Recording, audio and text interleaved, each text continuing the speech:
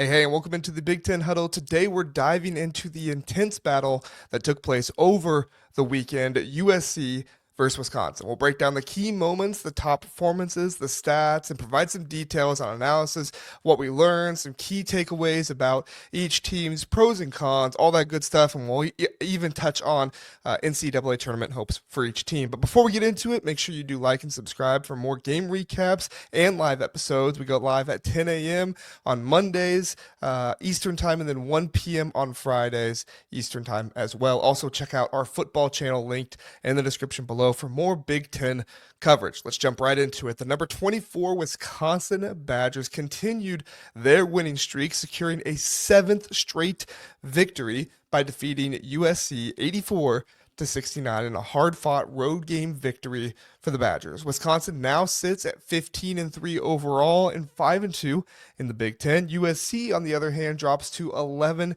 and 3-4 in the conference play after this defeat. Wisconsin was led by sophomore guard John Blackwell, who had an outstanding game, dropping 28 points on 10 of 16 shooting. Blackwell's leadership on and off the court was on full display, scoring 11 of Wisconsin's first 15 points to set the tone early. USC's defense just couldn't keep up with his aggressive drives to the basket, which play right into Wisconsin's hands as they have the best team free throw percentage in the country at 85.4%. Max Klesmit chipped in with 18 points as well, including 6 crucial points in the final minutes to close the door on USC's comeback hopes that they were trying to get there. The Badgers also received key contributions from Nolan Winter, who added 13 points for the first time he scored that many points since facing Iowa on January 3rd. Kamari McGee, who provided a spark off the bench with 10 points as well. He has also provided a spark for this team since the Iowa game, averaging 10.4 points per game. Now, USC had its moments, right? USC, this was not a blowout game where USC never contended. USC had its moments, especially in the second half. They went on a 13-0 run early in the second half, sparked by a three-pointer from St. Thomas and Chibuzo Agbo. This cut the lead down to just 3 points, and they really had Wisconsin on the ropes. Thomas led the Trojans with 19 points, and while Rashawn Aji added 15, and Wesley Yates III, who has just absolutely the best name in the conference, I don't think that's up for debate, did what he's been doing by adding 11 points as well. But ultimately, the Trojans, they couldn't sustain their offensive momentum. They couldn't sustain their success. They couldn't stop the Badgers on offense when it mattered most, and the Badgers regained control to close the game with a 29-17 run. The game started with Wisconsin taking a commanding 42-27 lead at halftime. Their offense, obviously very good, 42 points, but their offense was fueled by their defensive effort, holding USC to just 40% shooting in the first half. USC's big run came with about 15 minutes left in the second half. A couple of three-pointers, fast break layup by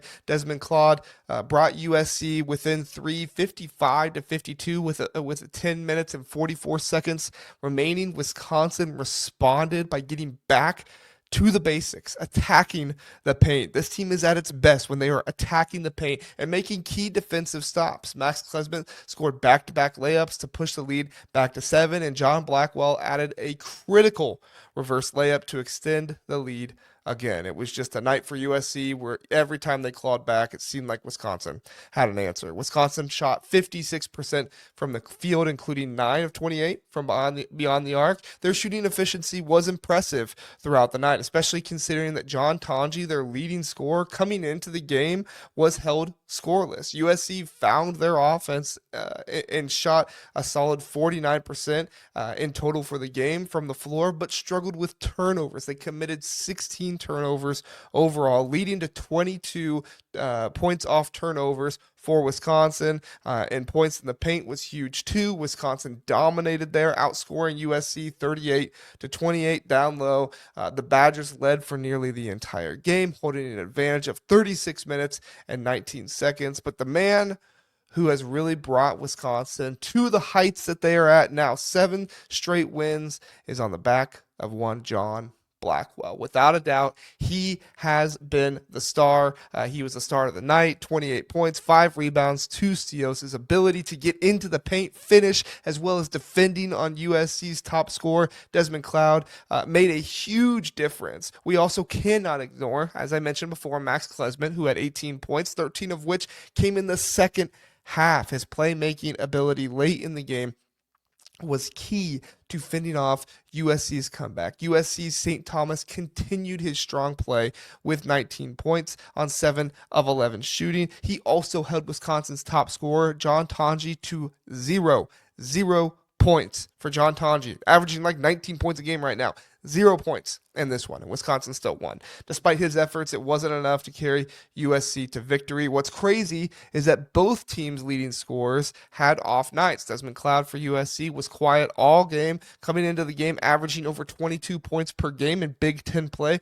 Claude was held to just 9 points on 3 of 7 shooting. He also committed 5 turnovers, which significantly hampered USC's chances of taking the lead. Wisconsin's star player, John Tonji, averaging 18 points per game, but was held scoreless in this game. Although Wisconsin won comfortably, Tonji was off, but Blackwell picked up the slack. What a luxury for Badger fans. This is something you didn't see last year where the top scorer doesn't score and somebody else comes up.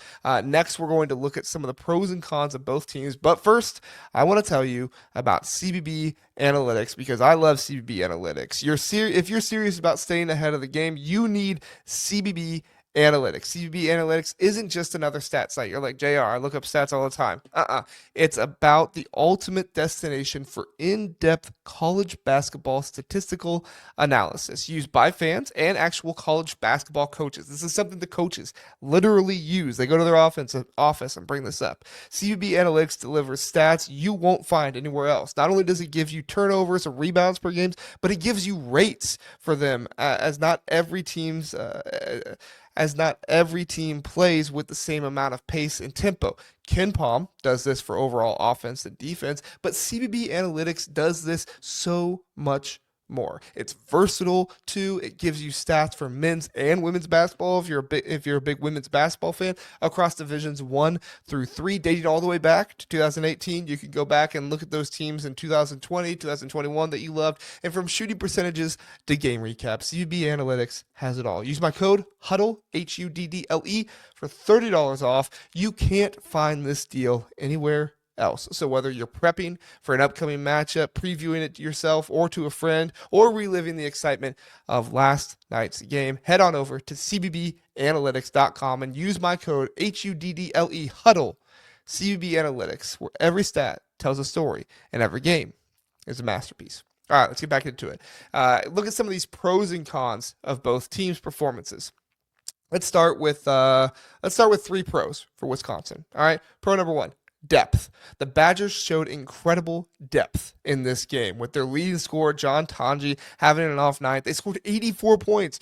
How many other teams in the country, their leading scorer doesn't score at all? They score 84 points. 5 different players scored in double digits. Resilience is number 2. Resilience. They managed to fend off a strong second half surge from USC, showing maturity and their ability to close games on the road. And then number 3, you might think I'd say offense. I'm going to say defense. Yes, they scored 84 points in this game, but Wisconsin's defensive effort was outstanding, especially in the first half when they held USC to just 27 points. They also forced 16 turnovers in this one, which led to easy transition buckets. We do need to look at some cons too, though. Another one was one of the cons was 3-point shooting. While Wisconsin shot well overall, they struggled from beyond the arc in the second half. It was one of the contributing reasons that why USC was able to rally back and make it close there. Also, turnovers, another contributing reason to how USC was able to come back. Wisconsin committed 12 turnovers on their own, some of which helped USC make their second half run. This is something they've struggled with on the road all year long. They are averaging nearly 15 turnovers per game on the road. That is last place in the conference and 336, yes, 336 in all of college basketball, and there's only 364 teams. So let's now look at some pros for USC. Second half energy for USC showed a lot of fight. Second half points, cutting off a 19-point deficit to just 3 at one point. St. Thomas, he's another pro for them. He had an excellent individual game, leading the Trojans scoring while also playing solid defense against John Tonji. But there were obviously some cons too. So let's look at these. Unforced turnovers. USC, they had 16 turnovers in this game. They were killer, but many of those turnovers were unforced. That was just them giving the ball away. They directly contributed to Wisconsin's fast break points and inconsistent play from the starters. Desmond Claude has got to be better. He's averaging a lot of points in Big Ten play. He needs to keep that up by at least scoring more than 9. Struggles really hurt USC, and they couldn't find anyone to consistently step up besides Thomas and Aji. Here's my takeaways for each team. Wisconsin is proving to be a legitimate contender in the Big Ten. This looked like a 4-team race at one point: Illinois, Michigan, Michigan State, Purdue. But I think we need to include Wisconsin in that race now too. Their depth, their defensive prowess, and their ability to stay composed in tough moments are critical as they head into the second half of the season. If they can maintain this level of play, they could be a dark horse to win the conference. Their NCAA tournament hopes are growing. I think at this point, it's not anything about if they're going to make the tournament. It's what seed they're going to be in the tournament, as Joe Lunardi had them seeded 6th prior to this game, but I can see them moving up to a 5 or even possibly a 4 seed in his next projection. USC, meanwhile, is still trying to find some consistency. They have had flashes of brilliance, but can't sustain it for a full game. Their defense, especially on the perimeter, needs improvement, and Desmond Claude's performance will be key if this team is going to be making any type of run to the NCAA tournament.